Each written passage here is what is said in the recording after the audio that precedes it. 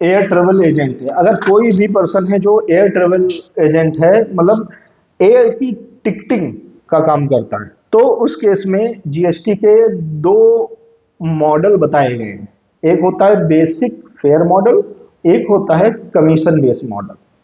तो basic fair model में क्या होता है, जब कभी भी अगर आप एयर ट्रेवल एजेंट हैं तो सबसे पहले उसमें देखना होता है कि क्या आप आईटा एजेंट हैं, IATA आईटा एजेंट हैं कि नहीं है। अगर आप आईटा एजेंट हैं तो बेसिक फेयर मॉडल जो है आपके बिजनेस पे अप्लीकेबल होगा, अगर आप लेना चाहें तो।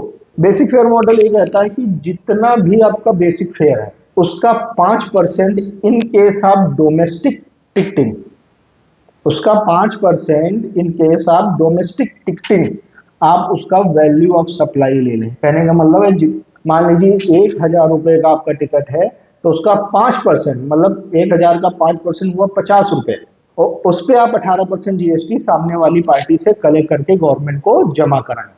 अगर आप इंटरनेशनल टिकटिंग में है, मतलब डोमेस्टिक नहीं है इंटरनेशनल है, तो 10% आप बेसिक फेयर, जो भी बेसिक फेयर है मतलब 1,000 का 10%, 100 रुपए, और 100 पे 18% आप जीएसटी कलेक्ट करें। अगर आप आईटा एजेंट हैं तो आप पे बेसिक फेयर मॉडल लगेगा, और वो 18% कलेक्ट करके आप गवर्नमेंट को जमा कर दें।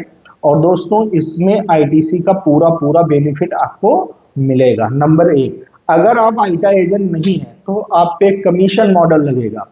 कमीशन मॉडल या सर्विस चार्ज मॉडल, कहने का मतलब अगर आपने किसी को 10,000 रुपए की टिकट, 1,00,000 रुपए की टिकट इशू की है, तो उसमें आप अपनी सर्विस चार्जेस जोड़ लीजिए, और जो सर्विस चार्जेस जोड़ेंगे उस पर 18% जीएसटी जो है आप जमा करा कलेक्ट कर लीजिए और उसको गवर्नमेंट को जमा करा दीजिए।